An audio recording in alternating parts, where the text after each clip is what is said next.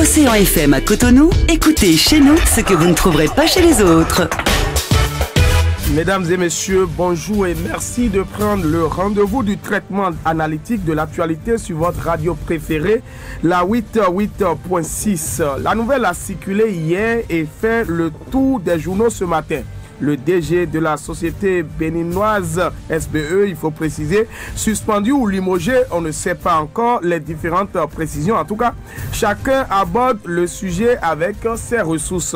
Hier lundi, certains aspirants ont manifesté leur colère à Paou au cœur de cette manifestation symbolique. Ils revendiquent ce qu'ils ont l'habitude d'appeler maigre salaire. Et pour finir, il sera question des prostituées qui ont été libérées par le procureur de la République près du tribunal de Cotonou. C'est donc le menu croustillant de ce matin sur votre émission Océan Actu. Et comme je l'annonçais tout à l'heure, nous avons à notre côté ici, Joël Samson Bossou. Joël Samson Bossou, bonjour. Oui, bonjour, bienvenue à Bassana. Vous êtes journaliste correcteur au quotidien Le Matinal. Et donc, tel que vous le savez, je l'ai dit tout à l'heure, Gilbert Gangana qui sera en nid. Et donc, il faudrait préciser que le DG de la société béninoise de l'énergie électrique, Jacques Paradis, n'est plus, en tout cas, pour l'instant, nous allons l'expliquer donc à nos amis auditeurs, auditrices et d'ailleurs avec vous.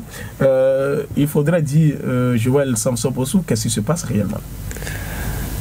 Qu'est-ce qui se passe? Je peux dire que c'est une nouvelle qui est tombée comme une bombe hier, d'apprendre par certaines presses que le directeur général de la Société béninoise d'électricité, d'énergie électrique n'est plus en poste. On peut dire limogé ou non, on n'en sait rien, mais ce qu'on retient, c'est qu'il n'est plus en poste. Donc ça a été une véritable bombe hier. Beaucoup s'interrogent sur la situation au niveau de cette société, la société distributrice du courant électrique. Donc c'est une question légitime et d'ailleurs le matinal a posé la problématique.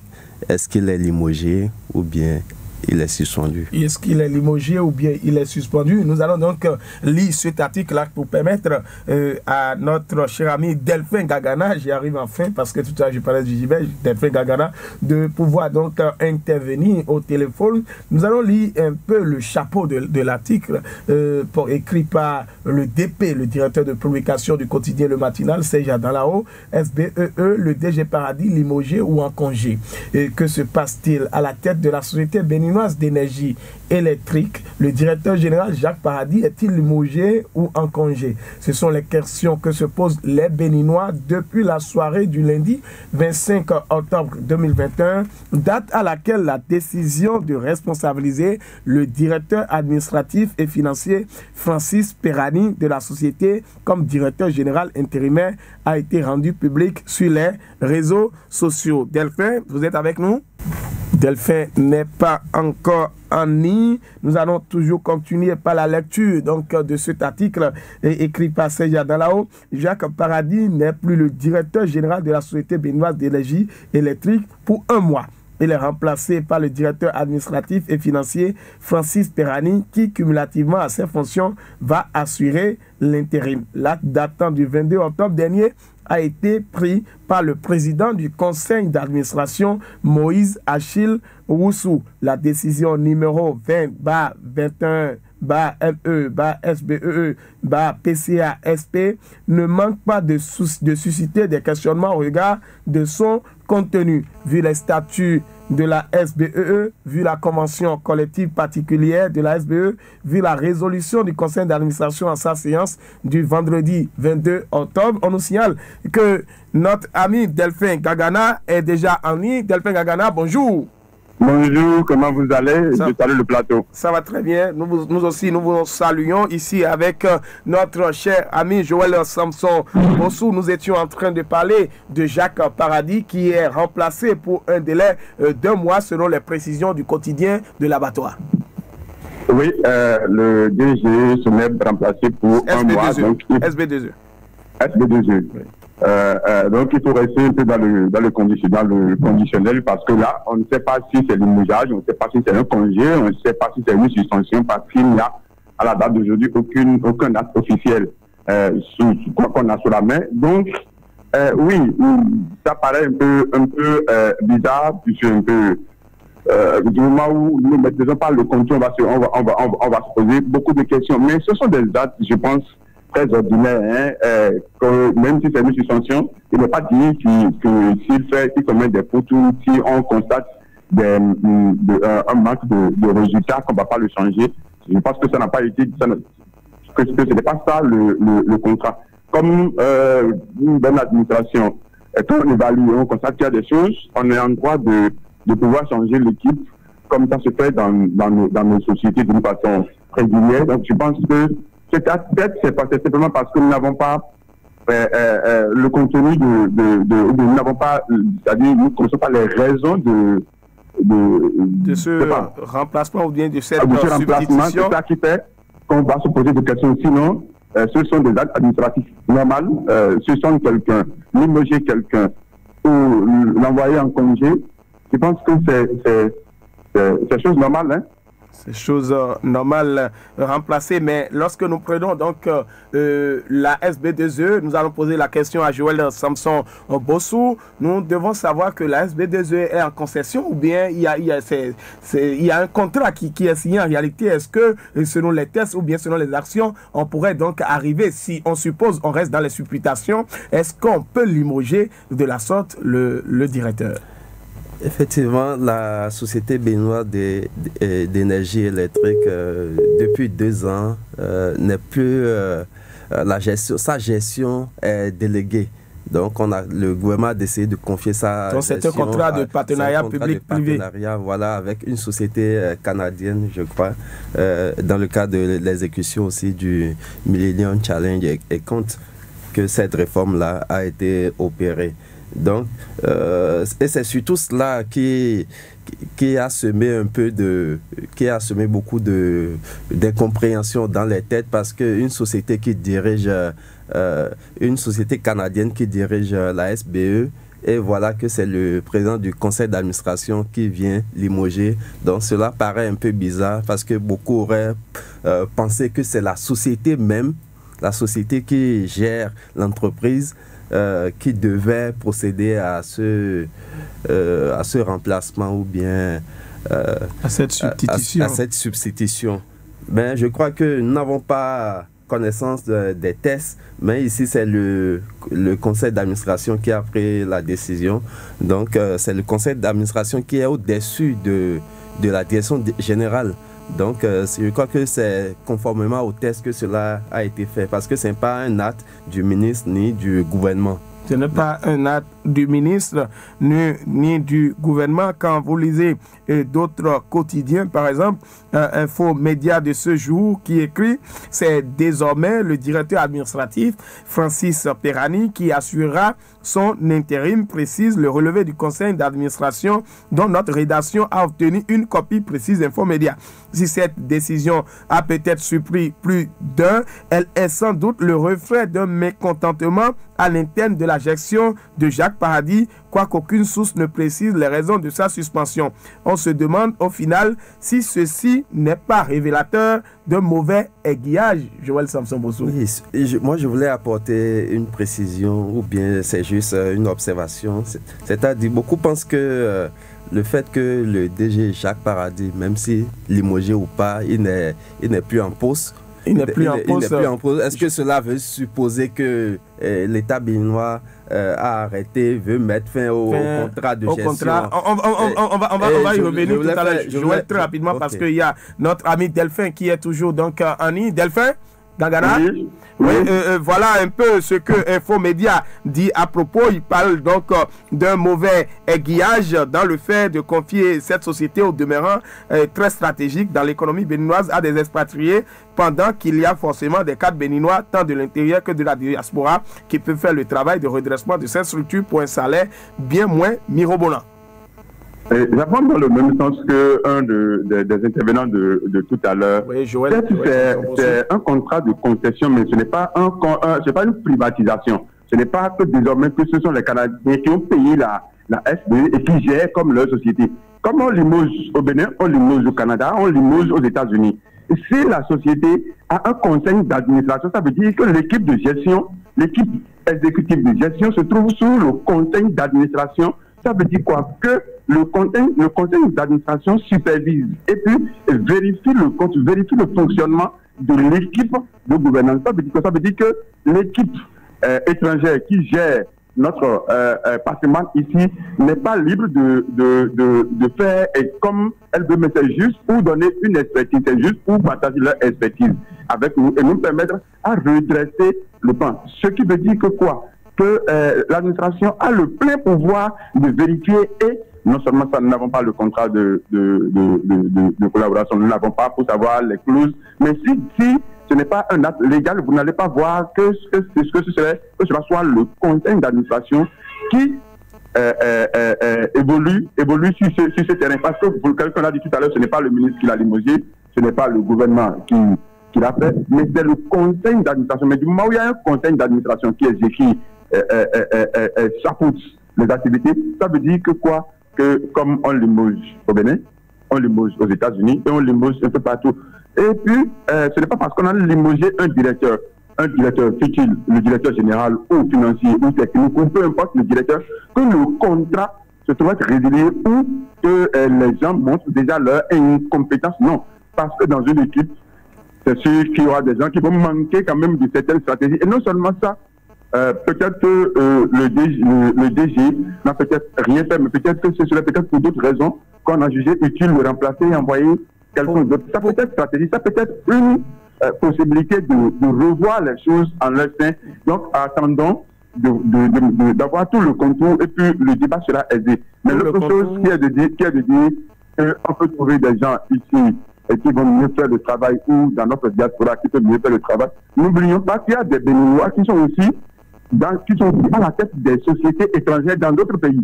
Voilà. Donc, penser que comme le nationalisme outrancier, non, nous n'allons pas continuer à vivre dans le nationalisme outrancier tel que vous êtes en train de préciser, parce que quand on lit donc cet article du quotidien Le Matinal, on nous parle selon les indiscrétions, on dit mais des indiscrétions, j'y arrive enfin, insiste qu'il s'agit d'un limogeage de Jacques Paradis qui aura passé. Donc la version officielle de la SBE est vivement attendue pour éclairer la lanterne des populations et surtout rassurer de la fourniture sans anicroche de l'énergie électrique. Joël Samson Bossou, vous étiez en train de faire un développement tout à l'heure quand on vous a suspendu à cause du fait que Delphin Gagana voulait intervenir. Oui, effectivement, je voulais quand même préciser que quand on regarde la nomination, c'est toujours un élément de la société canadienne qui a été positionné.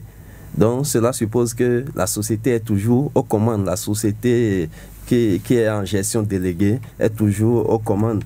Donc, Monsieur Francis Piranis est un élément de cette société-là qui est officieux actuellement au Bénin.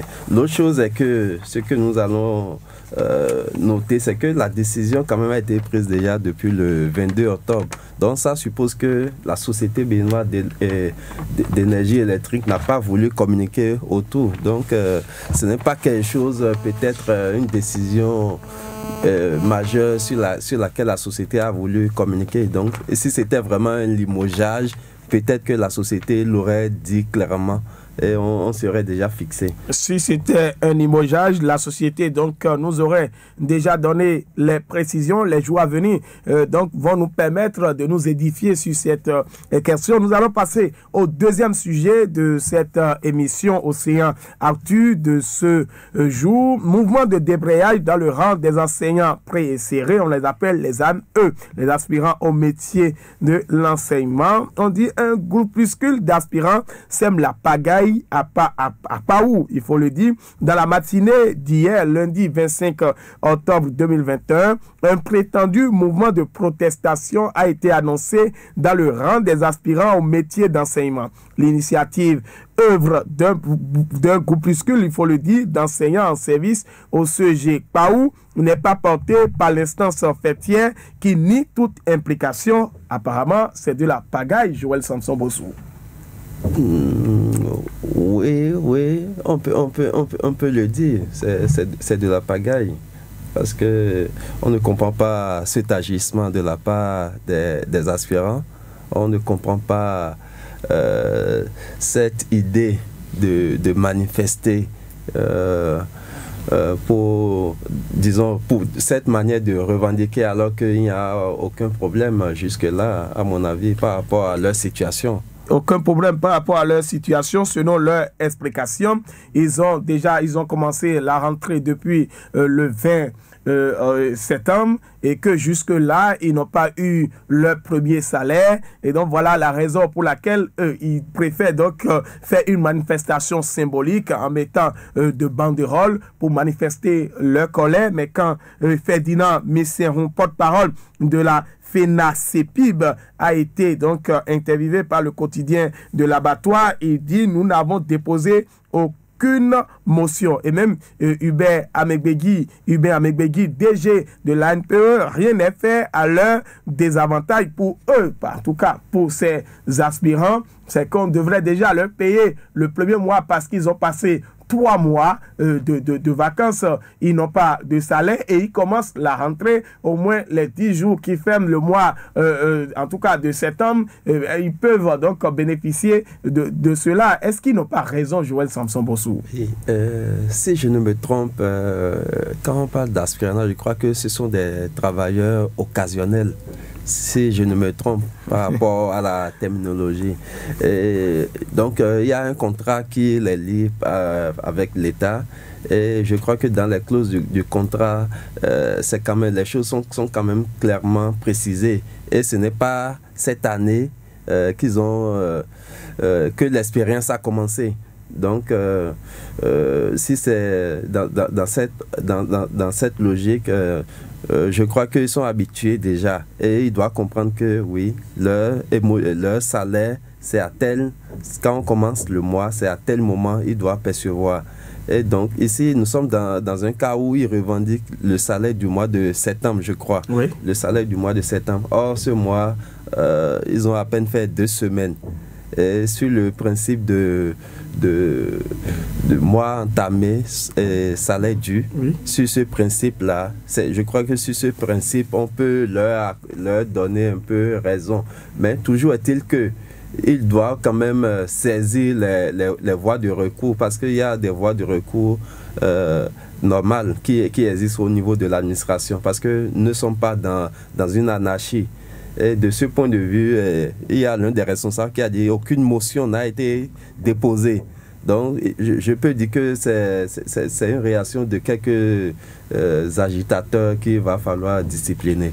Des agitateurs qu'il va falloir discipliner. On ne sait pas si Delphin est toujours en ligne avec nous. Nous allons continuer toujours avec ce sujet, avec des précisions très importantes du directeur général de l'ANPE qui dit ceci: nous avons fixé une bonne supérieure et une bonne inférieure au contrat. Et comme le disent les Belges, en dehors de ces 2 périodes, ils auront à faire les 9 mois, tel que vous l'avez précisé tout à l'heure, Joël Samson Bossou. Il n'y a pas de problème là-dessus. Du 20 septembre 2021 au 1er juillet 2022, ils auront à faire 9 mois de travail. Nous prenons le mois plein chaque fois pour qu'il soit payé. Le mois plein chaque fois pour qu'il soit payé, je précise, y compris les périodes de congé chômés, et tout cela est pris en compte. Il continue toujours: le contrat tel que c'est défini dans la nouvelle politique du gouvernement fait que nous les payons au mois. Nous ne les payons plus à l'heure, mais en veillant quand même à ce qu'ils fassent un minimum d'heures pour qu'ils puissent mériter d'être payés. Mais nous ne sommes pas exigeants sur les congés, les périodes de jours fériés et autres. Donc, il n'y a pas de problème. Je voudrais, avant qu'ils ne décident d'aller en mouvement de bien vouloir prendre contact pour mieux comprendre ce qu'il en est, parce que je n'ai reçu aucune demande ou motion de leur part. Mais enfin, nous sommes dans un pays de liberté. Je ne peux pas les empêcher. Je crois que le gouvernement n'a pas encore fauté en leur donnant un contrat. Il n'y a pas encore quelque chose qui a été fait et qui soit à leur désavantage. C'est les salaires de septembre et octobre qui leur seront dus. Les 10 salaires sont déjà envoyés au trésor public. Je crois que dans la semaine, ils auront la bonne nouvelle, annonce le DG Hubert Amegbegui. Le trésor va saisir les banques et donc il n'y a pas de problème. Il n'y a pas de problème, je dis bien, ils auront de très bonnes nouvelles dans la semaine. Joël Samson Bossou. Oui, je vois les explications du DG quand même dit tout. Hein. Je crois que ces jeunes, il n'y a pas péril en la demeure. Donc pour ceux qui désespèrent aujourd'hui par rapport au paiement de leur salaire, il n'y a pas encore péril en la demeure.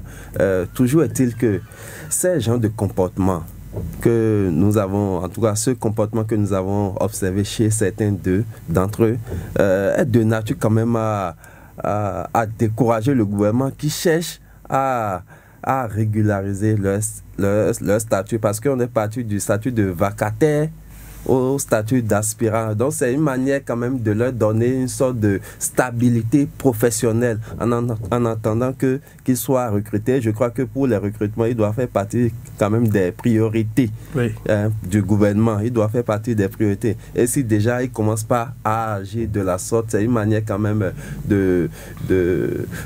d'annihiler les efforts du gouvernement en place. Et il faut réprimer. Il faut réprimer ces quelques agitateurs. Joël, il faut réprimer. Il faut réprimer donc ces agitateurs. C'est ce que vous proposez donc au gouvernement. Mais moi, je m'en vais vous poser une question. C'est vrai que on a promis donc leur donner le gros lot ensemble, octobre et puis le mois de septembre, les deux ensemble. Mais est-ce que pour pouvoir donc, en prenant compte du fait qu'ils ont passé près de 3 mois de vacances sans salaire, pendant que d'autres enseignants qui sont déjà recrutés, ils ont non seulement le salaire, et Delphine, sur la question de l'aspirana. Oui, sur la question, vous abordez un point que je vais en même temps répondre. C'est-à-dire quoi? Non, un gardien d'une société et le directeur ne devraient pas raisonner de la même manière. Les autres enseignants qui étaient déjà dans le système avant qu'eux, ils n'arrivent, ils ne peuvent pas regarder la situation des autres pour dire comme ils ont passé des vacances et ils ont été payés et que nous, on n'a pas été payés, que ça devrait être non.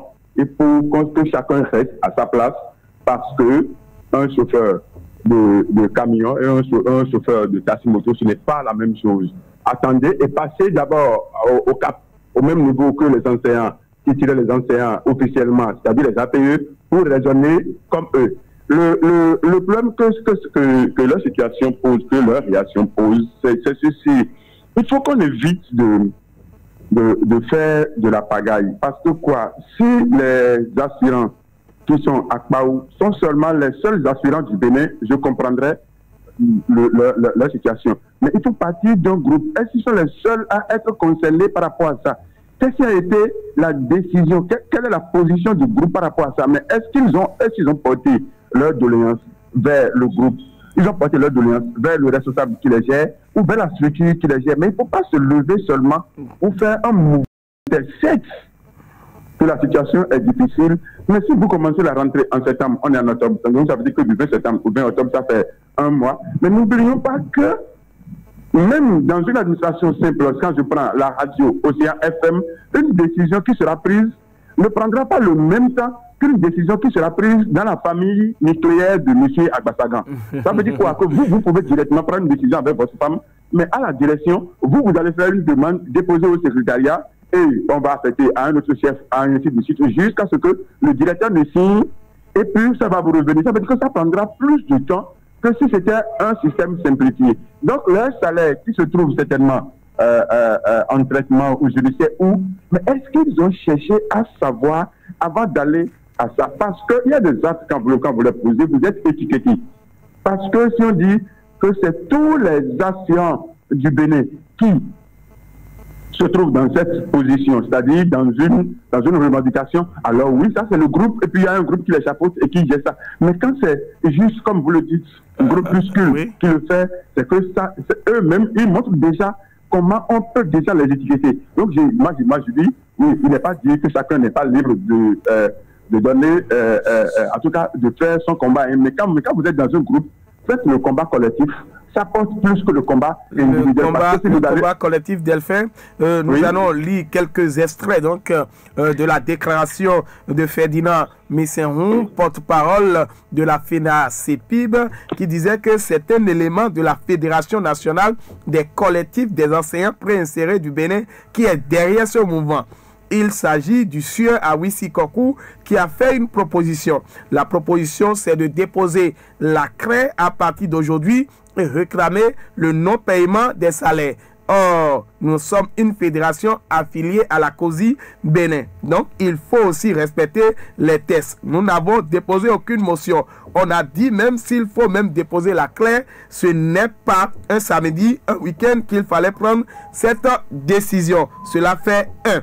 Deuxième chose, on ne peut pas aller en grève pour dénoncer le non-paiement. Le non-paiement parce que nous n'avons pas accepté le contenu du contrat qu'ils nous ont proposé. Alors, aller en grève pour réclamer le salaire signifie que nous avons déjà accepté le contrat. Mais comme c'est quelqu'un qui n'a d'égard envers personne dans le bureau dans lequel il est allé en solo créer un camp. Apparemment, Delphin, vous voyez que c'est donc une zizanie qui est en train d'être créée donc au sein de cette fédération, la FENACEPIB, et qui défend les enseignants préinsérés. Merci.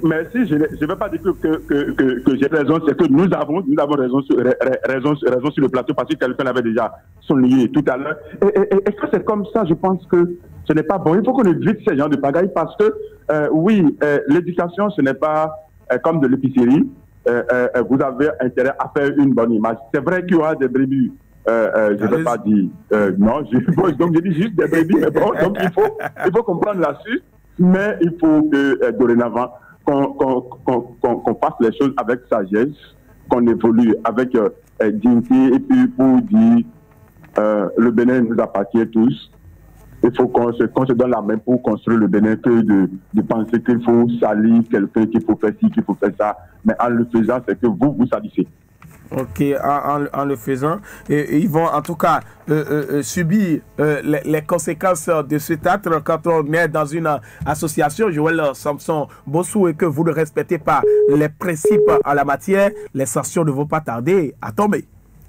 En principe, je crois qu'au niveau des organisations, disons des centrales syndicales, il doit y avoir une réglementation et il faut que des sanctions, pour ces genres de comportements, il faut que les centrales aussi prennent leurs responsabilités, qu'ils disciplinent la troupe. Et ici, dans le cas d'espèce, c'est la COSI Bénin qui est la fêtière, je crois, en termes de centrale. Donc, la COSI Bénin doit quand même discipliner la troupe à ce niveau-là. Il faut quand même, si c'est au niveau de la tête dirigeante de cette fédération qu'il faut revoir les choses, il faut revoir. Mais l'autre chose que je voulais dire, c'est que on constate que le Béninois est quand même chaud là. Je ne dirais pas faire preuve d'ingratitude, mais le Béninois, quand tu lui tends la main, il t'arrache le bras. Ne citez pas les Béninois parce que dans toutes sociétés humaines, il y a toujours donc ces écarts de conduite là. Il faudrait préciser ces frasques dans la société. Voilà, donc on va rester dans une généralité que de rester stigmatisé. Il y a certains quand même quand vous leur tendez la main, ils vous arrachent le bras. C'est un peu dans ce sens parce que quand on regarde l'aspirana, c'est pour stabiliser un peu la vacation. C'est toujours de la vacation, mais c'est pour stabiliser. Et aujourd'hui, ils sont payés 9 mois sur 12. Donc, c'est seulement la période des vacances, ils ne sont pas rémunérés. Mais par contre, avec la vacation, c'est à peine 7 mois, avec des congés, des jours fériés qu'on ne vous paye pas. Et des heures que vous n'avez pas forcément, vous ne totalisez pas forcément 20 heures. C'est à géométrie variable. Donc le revenu est à géométrie variable. Mais aujourd'hui, vous avez quand même un revenu qui est stable et qui vous permet quand même de gérer au moins 9 mois sur 12. Donc, je crois que c'est une véritable avancée que ces aspirants-là doivent saluer et ils doivent quand même encourager le gouvernement dans ce sens-là, plutôt que de chercher à montrer que l'aspiranat, ce n'est pas une bonne chose. L'autre chose, c'est que quand vous avez signé un contrat et que vous voyez que vraiment le contrat, ça ne vous arrange pas, ce qu'il y a lieu de faire, c'est de laisser la place aux autres. Parce qu'il y a encore, dans la base de données, il y a une liste d'attente. Vous appelez ces aspirants-là qui ne sont pas d'accord avec le principe de s'éclipser, oui, donc de déposer parce que s'ils ne sont pas motivés, ils ne vont pas donner un bon résultat. Ils ne vont pas donner un bon rendement. Donc, s'ils voient que réellement, ça ne les arrange pas de vivre 9 mois sur 12, d'avoir un salaire pendant 9 mois sur 12, c'est simple d'aller chercher ailleurs parce qu'ils ne sont pas des agents permanents de l'État. Donc, de ne pas se considérer comme des agents permanents de l'État. Tel fait a fait tout à l'heure la caricature, oui, en parlant d'un chauffeur, en prenant donc l'exemple de chauffeur que vous voulez vous prévaloir donc, oui, de certains droits. Oui, oui, c'est exactement ça. Eh bien, la preuve est qu'ils sont sous le régime de l'ANPE. Oui. Donc, ce n'est pas des agents qui sont sous la tutelle du ministère. Ce ne sont pas des agents. En tout cas, il y a toutes les assurances du directeur général de l'ANPE qui assure que dans la semaine, les aspirants auront une bonne nouvelle. C'est tout le mal qu'on peut leur souhaiter, c'est d'avoir les bonnes nouvelles afin de retrouver les motivations. C'est vrai, quand vous appelez tout à l'heure, voilà, quand vous appelez tout à l'heure, donc certaines personnes qui ne sont pas d'accord, ils n'ont qu'à savoir que c'est un devoir patriotique, mais que l'enseignement, c'est un sacerdoce, il faut le dire, et que l'enseignant, c'est ce rôle-là qu'il joue. Et donc, d'ailleurs, même dans toute profession, j'y arrive enfin, est sacerdotale, il faut le préciser. Et donc, on va continuer ici avec le troisième sujet, opération de la préfecture du littoral, des prostituées arrêtées à Cotonou. Une cinquantaine de prostituées a été interpellée dans la nuit du samedi 23 au dimanche 24 octobre à Cotonou. Des filles de joie arrêtées à Cotonou, selon les informations relayées par les médias de la place. L'opération a été déclenchée par le préfet du littoral, Alain Orunla. Elle a permis d'arrêter 35 filles de joie à Djonké dans le 5e arrondissement et une dizaine dans le 11e arrondissement et d'autres quartiers de Cotonou. Nous avons appris ce matin que ces personnes, en tout cas ces prostituées, ces filles de joie, ont été déjà libérées par le procureur du tribunal et près du tribunal de Cotonou, Joël Samson Bossou. Oui, vous avez parlé de filles de joie. Oui. Par rapport à cette opération, moi, je vous dirais que je suis en joie. Ah, vraiment, oui, ce que je peux dire, c'est que le Bénin est dans une autre dynamique. Nous sommes dans une dynamique de développement et il faut corriger surtout les mœurs. Donc, cette opération, c'est une opération de salubrité publique que le gouvernement a entamée. Non, ce n'est pas le gouvernement, c'est le préfet Alain Orunla. Pas l'entremise de la préfecture. Est-ce qu'on a la preuve que c'est le gouvernement qui lui a dit de faire ce ménage? Parce que lui, en tout cas, selon ce que nous avons lu, il parle de bonnes mœurs. Non, nous allons parler de l'État. Je ne vais pas dire forcément alors le gouvernement, mais c'est de la salubrité. Et vous voyez, ces genres d'activités doivent se mener dans des lieux vraiment discret. Et pour le Bénin qui est en construction, qui veut donner une bonne image, projeter une bonne image de lui à l'extérieur, il faut quand même corriger ces mais Djonké est réputé comme un quartier où il y a ces genres d'activités. Et ce même depuis, en tout cas moi, à ma connaissance, depuis que je circule dans Cotonou, quand vous donnez le nom de ce quartier, tout le monde sait déjà que c'est cette mauvaise image qui est collée donc à ce quartier-là. Une mauvaise réputation pour ce quartier, il faut corriger aujourd'hui parce que dans ce quartier, c'est pas seulement des prostituées qui vivent là. Donc il y a des enfants des adolescents qui vont à l'école et précocement quand cette activité est tellement développée et que ça donne, disons, cette mauvaise réputation, c'est pas bon aussi pour l'éducation de nos enfants. Donc il faut encadrer la chose. Il faut que parce qu'on a parlé de prostituées, c'est un métier, donc il faut que ces travailleurs du sexe puissent revoir leur mode de Est-ce que c'est reconnu en République du Bénin? Entre-temps, j'ai vu sur nos différents médias leurs défenseurs, je ne dirais pas défenseuses, venir donc les défendre pour pouvoir donc aller à une légalisation à un moment où aujourd'hui au Bénin, dans notre Parlement, il y a des textes qui sont en train d'être votés. Est-ce qu'il ne faut pas venir donc à l'encadrement de cela pour que la prostitution soit déclarée très illégale ou légale? C'est une question de sanction. L'Institut de la femme est là. Elles ont aujourd'hui cette catégorie socio-professionnelle en griffe a aujourd'hui l'opportunité aussi de porter cette doléance à l'Institut pour que l'Institut aussi traite ce sujet, porte ça à la place publique ou bien au niveau de la représentation nationale. Donc, je crois que nous sommes dans un État démocratique, mais qui est encadré par des lois. État démocratique qui est encadré par les lois. Voilà que le procureur de la République près le tribunal de Cotonou de première instance, de première classe de Cotonou, donc a libéré ces différentes personnes. Nous allons chercher à savoir quelles ont été donc les motivations donc de cette libération de ces filles de joie. Gilles Delphin et Annie, paraît-il. Delphin? Oui. Oui, voilà la prostitution au Bénin. Les prostituées ont été libérées par le procureur près du tribunal de première instance de première classe de Cotonou. Oui, monsieur Abassagan. Oui, monsieur. Si on dit les filles de joie, ça veut dire que ce sont des filles qui donnent de la joie. Est-ce que nous ne voulons pas de la joie au Bénin? C'est ce que nous sommes en train de dire ou... Delphin, ça choque la morale de certains. Il faudrait préciser ce sujet-là. Souvent, quand vous voyez, vous circulez les soirs, en tant que journalistes, quand on passe dans ces environnements et qu'on voit un certain nombre de choses, pour ceux qui aiment, en tout cas, ils adulent cela, donc ils adorent. Oui, M. Abassagan, nous sommes peut-être dans un pays démocratique. Oui, nous sommes dans un pays démocratique et chacun est libre de ses actes, mais oui, responsable de ses, ou bien responsable des conséquences, je crois que c'est un peu ça. Oui, les filles de joie qui donnent de la joie à certaines personnes ou à plusieurs personnes, si c'est que ça nuit et que ça ne respecte plus certaines choses, oui, c'est normal quand même qu'on leur disent non, restez dans votre cas. Restez dans... Désolé Delphin, et nous sommes donc au thème de cette émission. Nous allons nous retrouver demain avec le même plaisir à la présentation. Bienvenue à Bassaga. Océan FM à Cotonou, écoutez chez nous ce que vous ne trouverez pas chez les autres.